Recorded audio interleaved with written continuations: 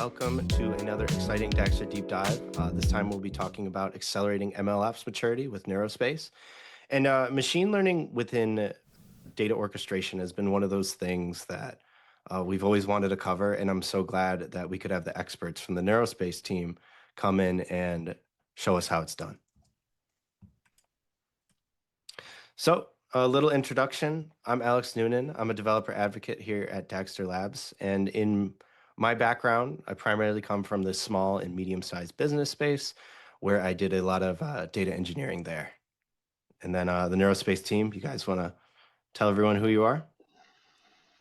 Yeah, sure. Hi, I'm Rasmus. I'm the CEO of Neurospace. Pretty atypical. I still code. I still do Dagster stuff, which is awesome. Hi everyone, I'm Maria. I am the CAIO of Neurospace. So responsible for everything that equals machine learning. Hello everybody, I'm Rene and I'm a data engineer at Neurospace. Yeah, hello, I'm Martin Jonsson from Neurospace. I'm a partner engineer and taking care of our clients. Awesome. Thanks, everybody. And then kind of the flow of this presentation, we'll do an introduction. We'll talk about what is machine learning and MLOps, and we'll talk about how to best use Dagster for ML and AI workflows in production. And then we'll do a demonstration. Then we'll have a discussion about complying with EU regulations, and then we'll open it up for a Q&A at the end. All right, Martin, you want to give a quick intro on Neurospace? Yeah, just a very short intro for Neurospace as a company. We are a Danish-based company and are experts in data and machine learning, starting in 2018 with the vision of optimizing industrial processes using data and machine learning. And that's also why we have a lot of clients today, customers today that are within that space, utility, manufacturing, so on. We also have, of course, in other sectors like retails, logistics, and so on.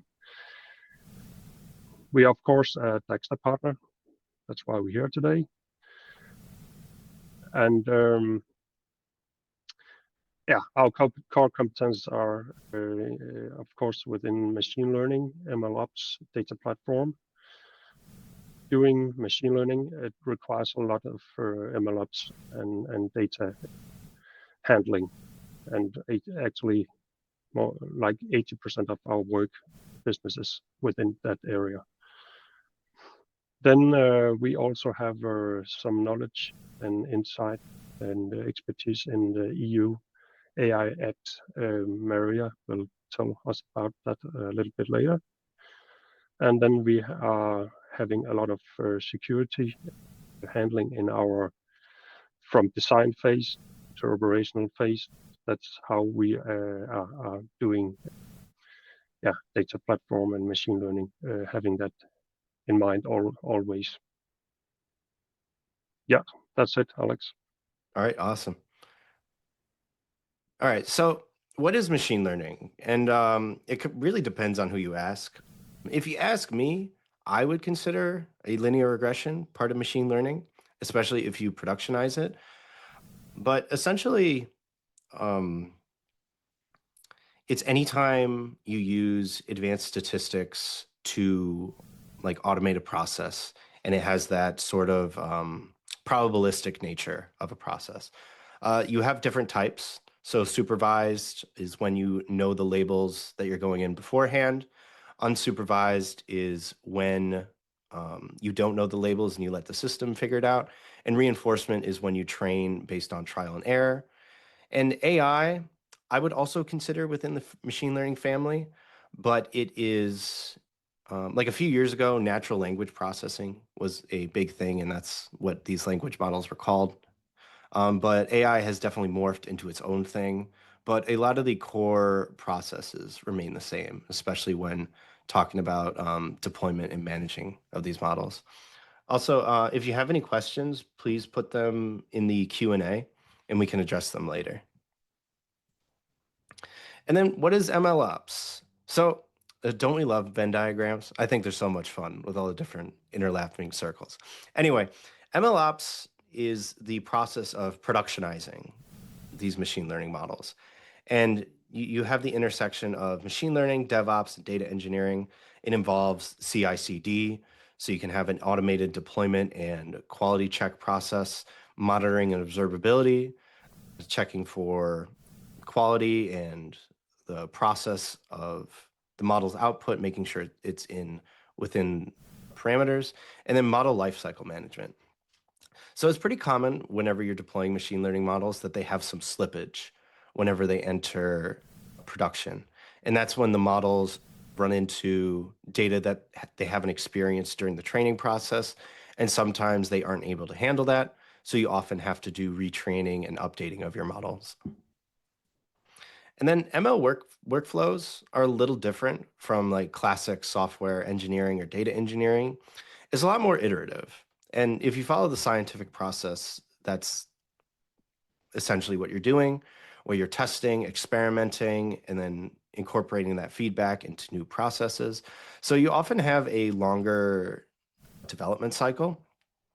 And additionally, like I mentioned earlier with model slippage, you have entropy in these models. So they will degrade over time as the data that they're being used and tested on gets changed. And then additionally, especially if you're doing AI work or video or image processing, the compute complexity is a bit higher than just doing regular data analysis. So you need to leverage GPUs and often infrastructure in the cloud. And then, like I mentioned, you have that slippage. So you really need to incorporate some sort of validation process in production and have a automated way to monitor that. Oh. And then this happens a lot with data work. People often like prematurely try to silo themselves into very specific roles, but like someone like myself, I've worked at smaller, medium-sized organizations, often as like the one data guy. So you have to like do all these different roles. And like Eric Bernhardson over here says, he's the CEO over at Modal, which is a really cool company in the infrastructure space, that like everybody kind of needs to be more of a generalist when doing data work. And that's kind of a function of one, there is like so much data work to do, and you often don't have enough resources to have specialists. And you can unblock yourself a lot by just learning how to do some simple DevOps workflow, deploying things to the cloud.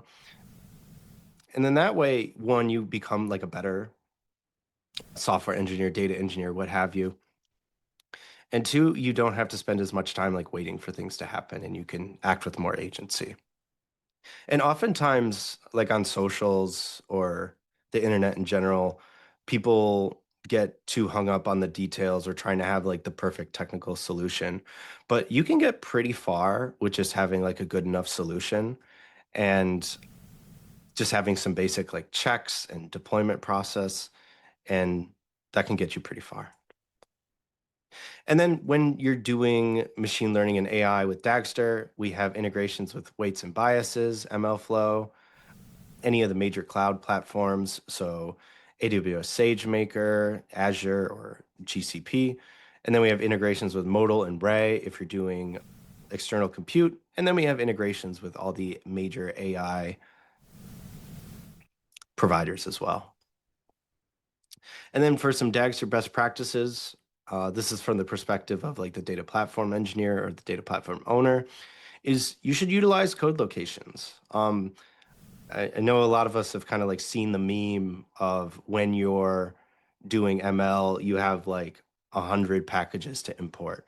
But code locations are great for separating your environment. So you can have your regular data platform in like one code location and then your ML one in another, where they may have like specific packages or versioning or compute resources. And additionally, you want to think about flexibility when you're using these models. So having a customizable config to leverage different models or different training specs can really enable that experimentation that data scientists and machine learning engineers really need to be able to do. And you really want to enable your scientists. So think about having a standardized environment set up within your Dagster repo so they can run locally and have it mirror what they're doing in production. And so they don't have to think about infrastructure and they can just focus on doing what they need to do. And finally, you can leverage asset versioning to see how different models performed and if there was a specific configuration that worked particularly well. And with that being said, I'm going to hand it off to Rene, where he'll do a demo of a ML pipeline. Thank you very much, Alex. Great. So for this demo, I made an entire pipeline which takes us through the steps of ingestion of data, model training, model deployment, and inference. So this is an example of an entire MLOps pipeline. So just like Alex said, what will often happen when you train a model is that you have maybe trained a very nice model that works very well at the moment you trained it. But what can often happen is that the data that you put into the model will change in comparison to when you created the model. That can happen for any number of reasons, because maybe the data just drifts because it's related to how people behave, or maybe it's related to a particular kind of machine or whatever, and these things can change. So we want to reflect those changes in our model. So what we really want to do is retrain the model when new data becomes available. And for this demo, you should imagine being the person responsible for a number of machines at some factory.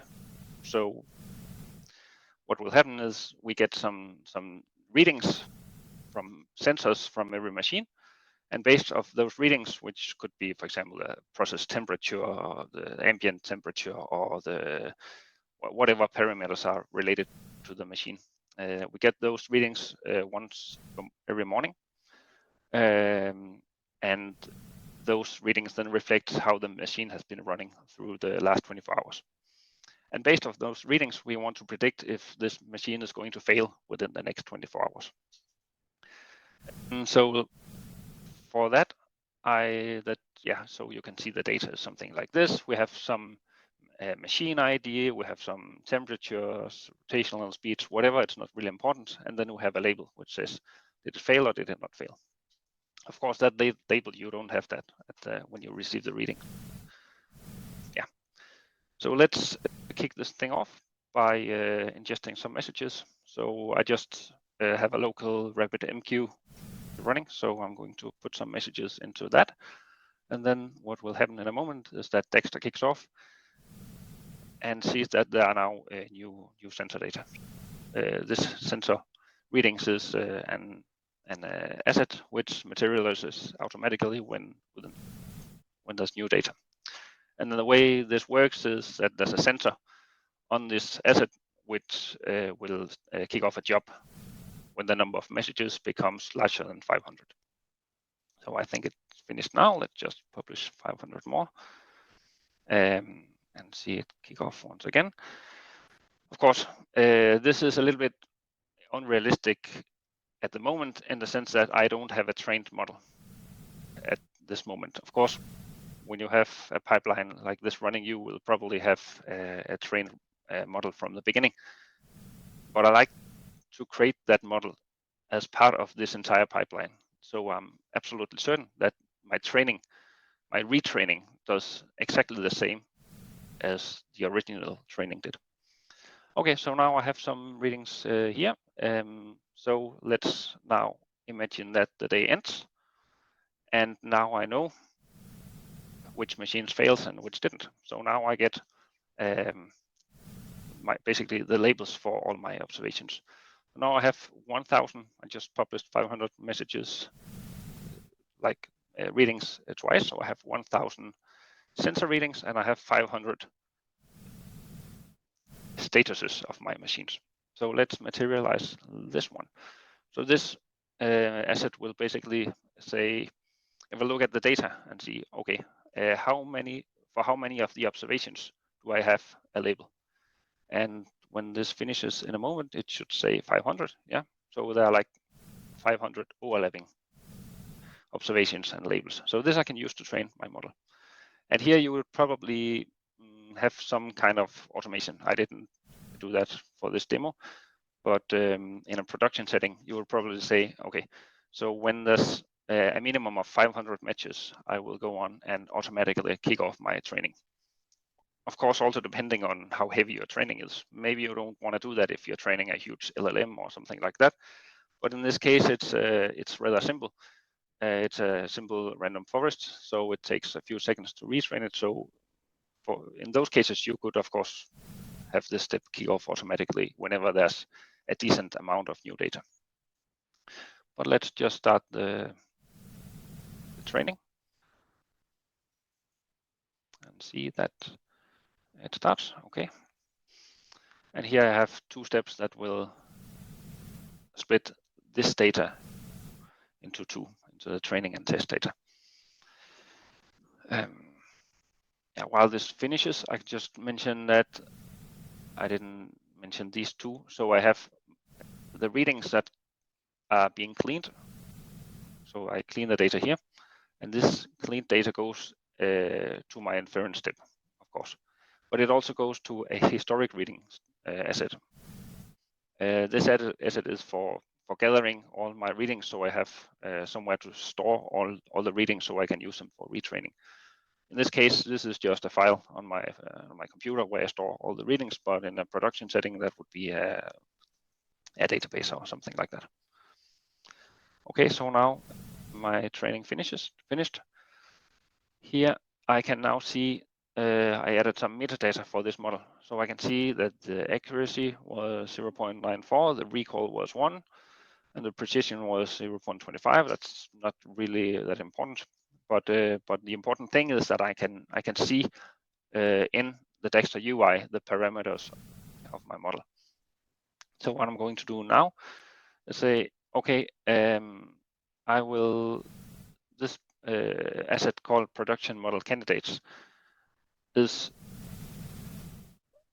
the models that I trained that are candidates for production.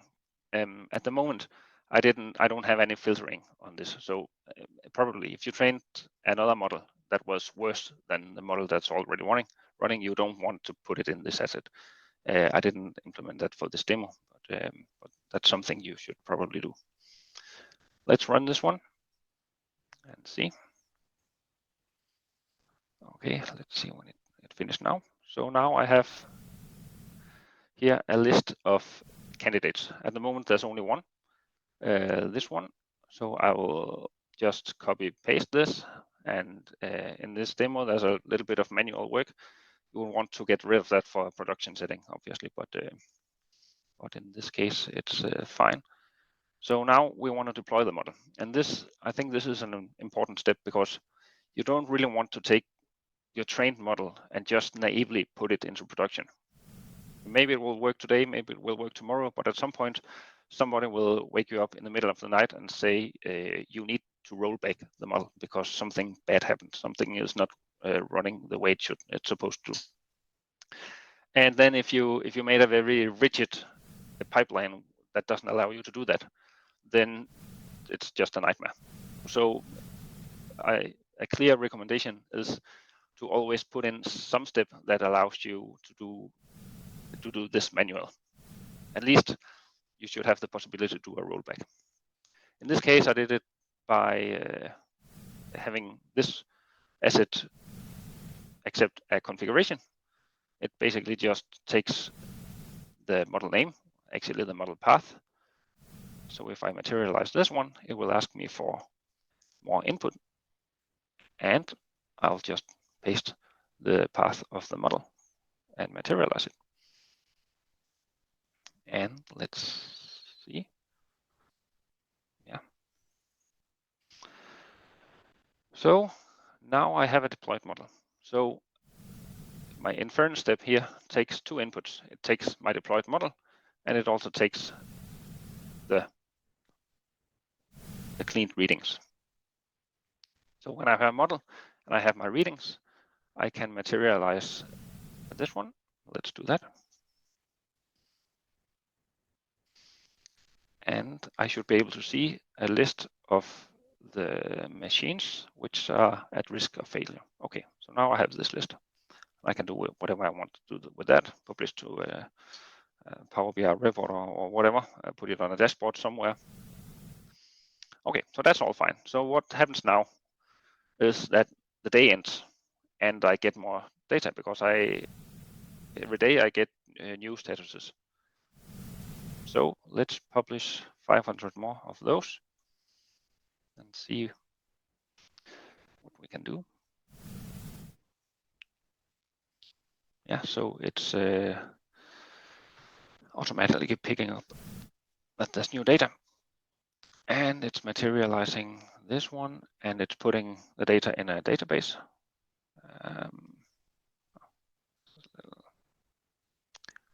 Here we go. And now I can, this one says unsynced because it has new data. So let's materialize this one and see that I now have 1,000 matches. Yeah, there you go. So now I have more data for training a new model. So let's kick off the training job again.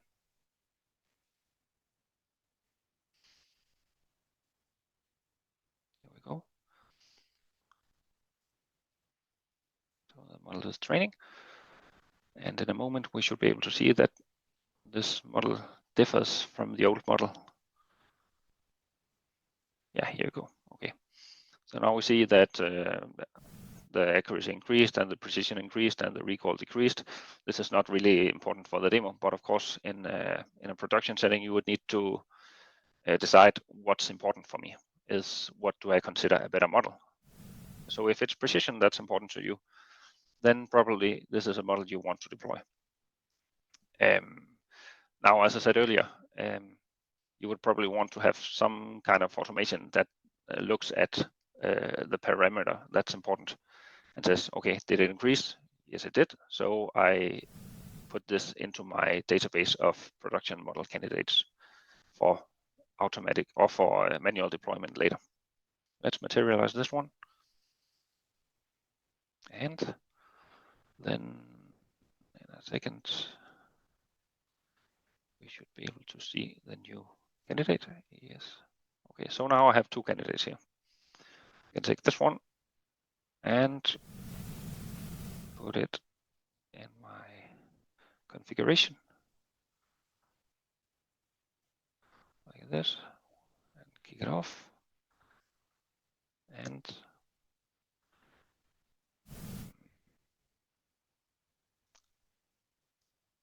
let's see.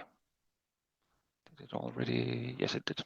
Okay, so now I can materialize this one, and then I expect to see another list of devices at risk because now I retrain the model and I have a better model, or at least a different model. And I should see that my list of devices will change. Yeah, it did. It was longer before. Okay, so much for what you can see in the Dagster UI. Now let's look at some of the code.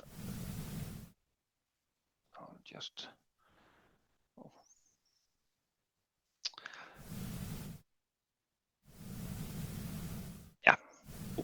in order to kick off everything, I have here an asset which is basically the one that's being kicked off when there are new readings.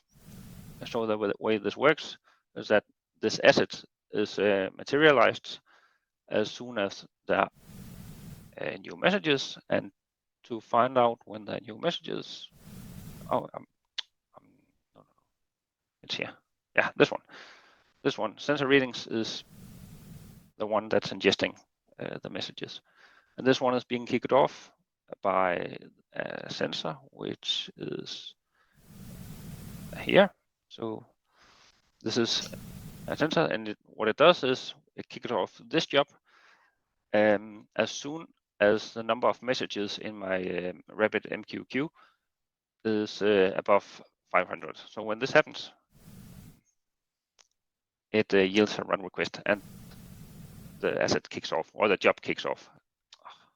And this job is just all these assets. So it's the sensor readings, the cleaned readings, and the historical readings. So it will ingest the readings and clean them and store them. And then we have the training.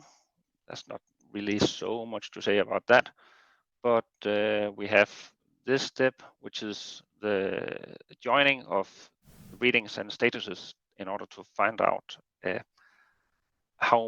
what the overlap is. I mean, how many observations we actually have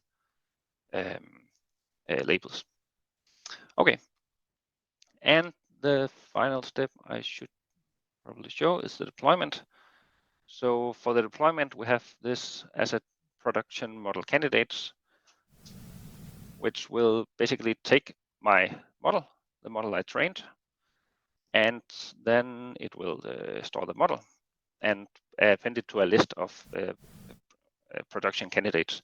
So this is probably where I would implement some kind of logic that would look at the model and see if it's actually any better than the model that's already running. And if it is, it could put it in this database of model candidates. And then finally, we have the deployed model asset, which will take the list of production model candidates and ask for a configuration in order to choose. You can see here that there's a configuration parameter, which is basically this basically defines the schema of the configuration. And then I can input a model name, and then this asset will output the model I chose. And then the inference step will look at the deployed model. Yeah. And I think that concludes the demo.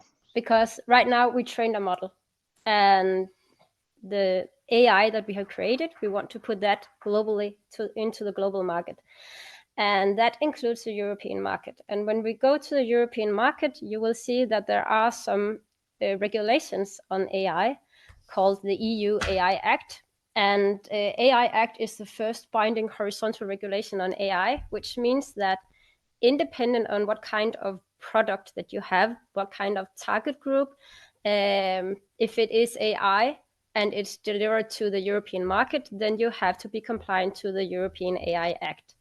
And the purpose of AI Act is to address the risk of health, safety, and fundamental rights, ensuring that models do not do any form of discrimination and interfere with our freedom of expression and privacy. The other purpose of AI Act is to create a market for responsible AI in the European market. And in the beginning, 2 years back, when they started introducing the idea of regulating AI in European market, it created a lot of debate because they believed here in the European market that it would generate, it would be difficult for us to compete globally because those regulations would prohibit that we could compete globally. So what I'm here to tell you today is how the AI Act is not that difficult to comply to, and it is not, even though it is many papers and a lot of things that you have to consider, there are very few tools that you can implement. Specifically, I'm introducing the model cards, and Rene introduced MLOps, and with those two, you can actually be compliant to a majority of those requirements that are in the AI Act. And I will also really emphasize already now that AI Act is only difficult to be compliant to if you have a product that goes to the high risk category, because then you will have further regulations that you have to comply to. But those regulations are actually just very good compliance for, or very good practices for data AI and data platform. So I will highly recommend that those are just standards when you deliver AI. So the purpose of AI Act is to try to divide all AI systems into these 4 categories of risk, identifying the risk of the AI. So if your product is located in the minimal risk category, then there are no further regulations. You don't have to do anything. You can just take your model and put it into the European market. If you have an AI system that is considered a limited risk, that is where generative AI and foundation models go, then you are required to fulfill some more regulations in terms of transparency, specifically more information about technical documentation and ensuring model evaluation, and how you make sure you are more secure for adversarial attacks.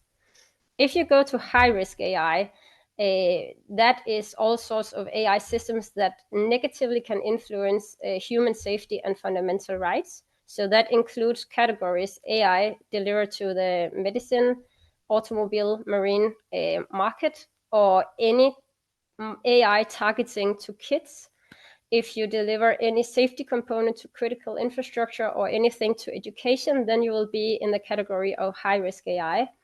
And you will have to fulfill 10 more regulations or requirements that I will introduce just in a sec. If you have a product that in any sort of mean is manipulative or social scoring, biometric practices, or introducing deepfake, then it will be placed in the unacceptable risk. And per February this year, it is a completely banned from the European market, which means that if you have a product with that, you are not allowed to be in the European market. Together with this requirement also came a requirement for all interacting with AI should also be educated in understanding AI and understanding that specific system that they are interacting with. What is the purpose of the AI? How does it work? How do I understand the input versus output? What are the limitations of this model, and how do I address these limitations? 2 years from now, high-risk AI will be effective, which means that we should already now start to implement these things. And again, I cannot address more than once. Those requirements are just good practices. So I will highly recommend, independent if you have high-risk AI systems or not, to just implement it every time you deliver AI. So there is a requirement of risk assessment. So that is assessing the entire data value chain.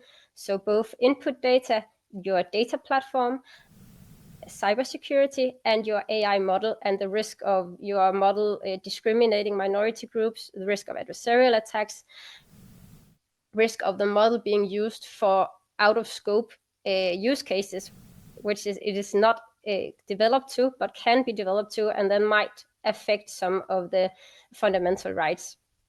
You have to be compliant to introduce data governance, some technical documentation of your AI, quality assessment, transparency of the model, human oversight, which also means human in the loop. You have to actually put in information about accuracy, robustness, and cybersecurity, and post-market monitoring.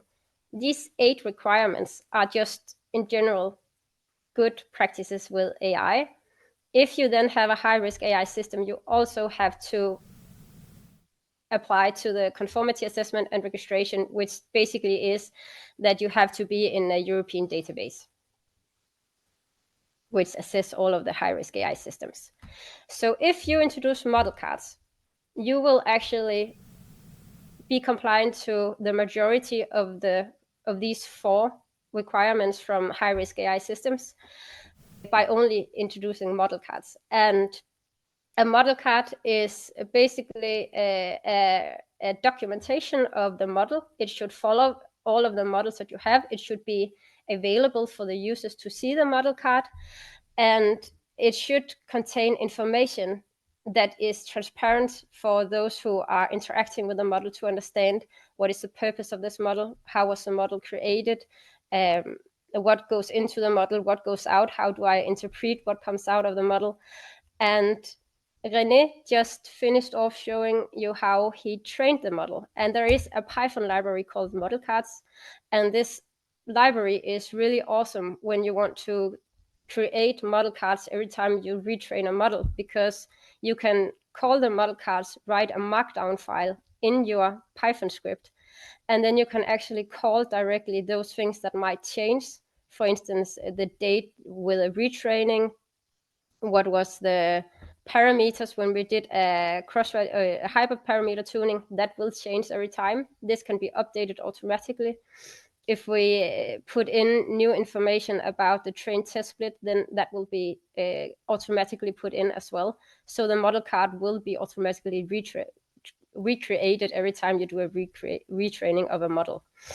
Then the model card can simply just be served right here. So if you want to be compliant to those 4 areas that I just mentioned, then you have to put in information about the development team, so who developed it, and you have to put in the intended use, so what is the purpose of the model and who is it created for. In this case, it would probably be some operators that are controlling the component's health status, and some out-of-scope applications. So some models might have a tendency to be used for other purposes, and they should be mentioned here if it's very clear that this is not the scope of this model. Details about the model, the date it was trained, what type, what version. Climate effect is some of the things that are very popular to put into model cards right now. I can highly recommend to look at Hugging Face and their model cards and get some inspiration from that as well. When do we schedule retraining, and what is the expected lifetime of this model? Also a very important part of the requirements. As this is a random forest, we can super easily put in a model architecture, add those parameters, the best parameter grid fit for the model that we trained, examples of input data and examples of output data. This is just generated directly from the Python script. The train test split, ensuring that we in our train and test have both categories, as we do expect that this model is good at predicting the failure components. It's super important that we see that we actually have failure components in both train and test. You have to address bias to be compliant to AI Act. And in this case, it is sensor data. So we expect that the bias effect is considered neutral, because we expect that it will be the same amount of noise that we see in the data. You have to put in the validation of models. So what is the train and test accuracy in this case? And as this is a classification, you always put in a confusion matrix as well to ensure that your model actually predicts what it is supposed to predict, and it does not discriminate any minority groups. One last important thing for the model cards is to put in the limitations of the model. So things that you know when you train the model, that in these cases the model does not perform as intended or as it should. And while it is running in production, when you discover new situations where the model does not perform, you have to update the model card with those new features as well.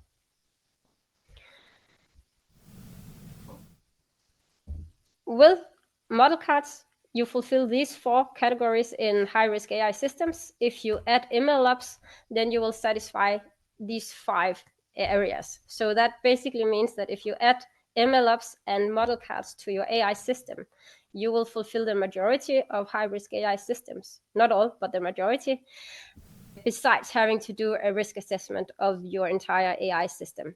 And of course, if you have a high-risk AI, then you have to be registered in the data platform. And that was what I had. All right. So we have a few questions in the Q&A. Looks like Rasmus has already answered a bulk of them. But Oleg had a really interesting one about scaling out like an ML pipeline. He has like multiple clients and sensors, and currently they are using partitions for every client and a sensor attached to those, and they have a graph-based asset backed by ops, similar to what we have in the demo. Every asset has a dedicated sensor, so we can easily like turn that off individually. I would say you could leverage a asset factory in this use case, where you have a like structured pipeline that has different assets, sensors, and whatever you need there. And then whenever your definitions are reloaded and you have like a new client that pops up, it just creates a whole new pipeline. But what's kind of fun about Dagster is with its flexibility, there's multiple ways to do things. I'd be curious to get the Neurospace team's take on how you would scale this out. I was thinking, if couldn't you use something like asset materialization, right? And then set up a lot of materialization policies that fit. I don't know the concrete case here. It will be very client specific, I think. But you could create a flow that is totally autonomous, working sort of like a continuous deployment system in regular software engineering, right? Mm-hmm. Cool.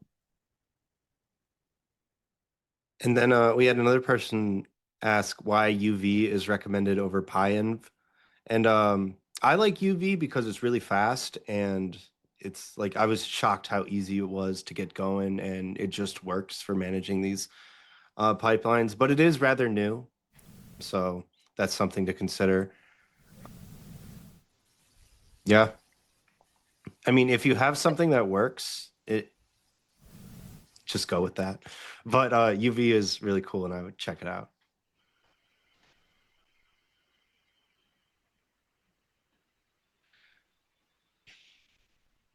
All right, so another Rasmus asked, how about lineage on data in the context of training on specific data? That seems quite important for the EU Act, manage that a data owner wants his data to be removed from all specific models. How would you do that in practice?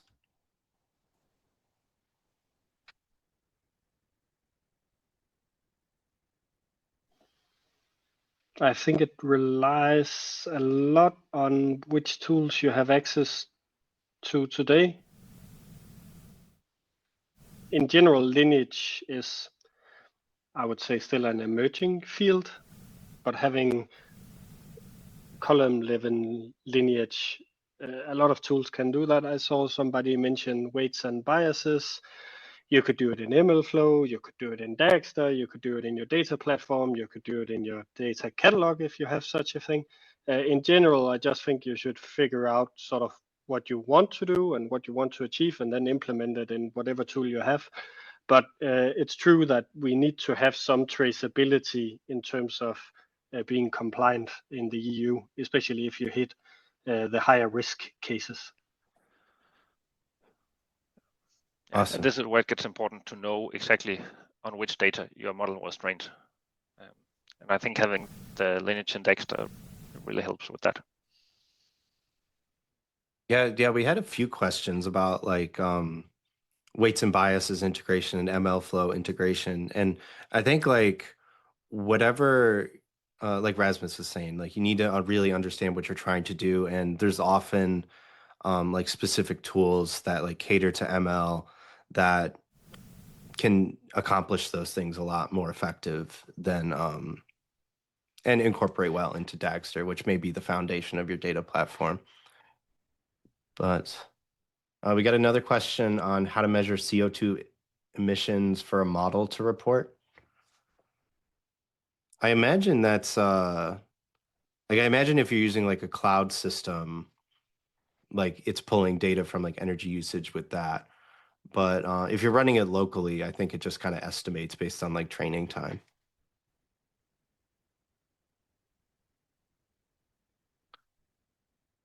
And we have another question on how best to differentiate when to use an op versus an asset. So at Dagster, we've been trying to get away from people using ops, since an asset is just an op with some additional metadata attached to it. And with assets, you get a lot better like usability as it relates to like automation conditions and a lot of the rich features that you get with Dagster. But I know I've talked to some teams that use ops for doing like fan out training architecture. So you still can use ops, but I would recommend using assets whenever you can. And then we have another questions here on if we need to retrain thousands of ML models each month, what would be the best approach to retrain them? They are currently using crons, but the number of models is scaling up. I would say some asset-based model training would be in order here, especially if you have thousands of models.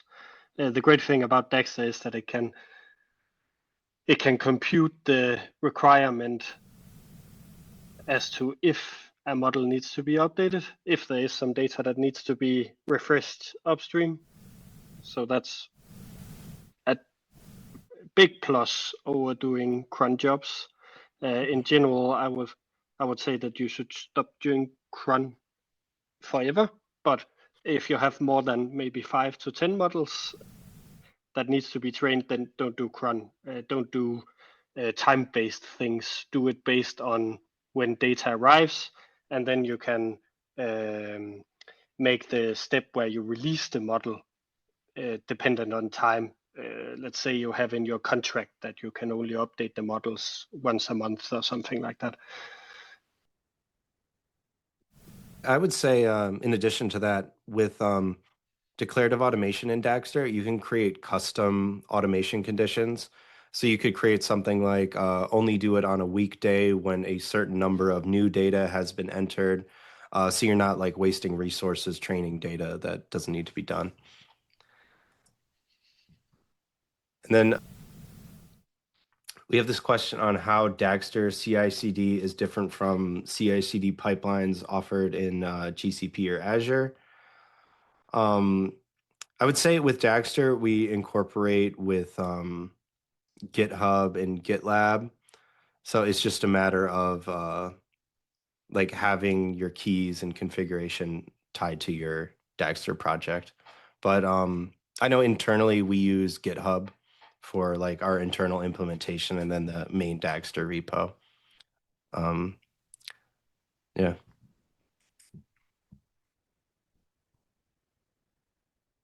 And then I think we got time for a couple more. In this example, when the new data comes in, you're adding them to a list and always returning to all the messages. What if you need to roll back to a previous version? Is there ways to adding the version of the asset data every time we are deploying the pipeline? I would say yes, Dagster does support asset versioning. And I think if you were to do like kind of productionize this pipeline, you would want to have it to where like past a certain date, you only want to use data from before that if you roll it back. Like you don't want to be using future data for a model at that point in time. Also, I think it's rather important to understand machine learning here, and that if you have this exact same code and the exact same data, that will not produce the exact same model. So you should actually use Dagster and a artifact registry of some sort to store the models, so you can roll back to a model you have already trained instead of doing retraining on old data and old code. Awesome. And then last question here, how is observability done in this project? Quality checking across multiple models and alerting. In Dagster, you can utilize asset checks for doing your data quality. And like some of those that you would do in like the training process would be checking for like nulls, rows that don't have keys, just like messy data, schema changes. And then we also support alerting. In Dagster Plus, you can have customized alerting for specific assets. And we integrate with like Slack, Teams, email, and PagerDuty for doing those alerts. And I know we have a few more questions here, but we're going to have to wrap up. If anybody has any additional questions, you can hop into the Dagster community Slack, and we have a channel for Dagster deep dives. So I'd encourage you to answer them there. But I want to thank everybody for joining today. It was really interesting to really go deep on machine learning. And I want to thank the Neurospace team for putting together a great demo and presentation.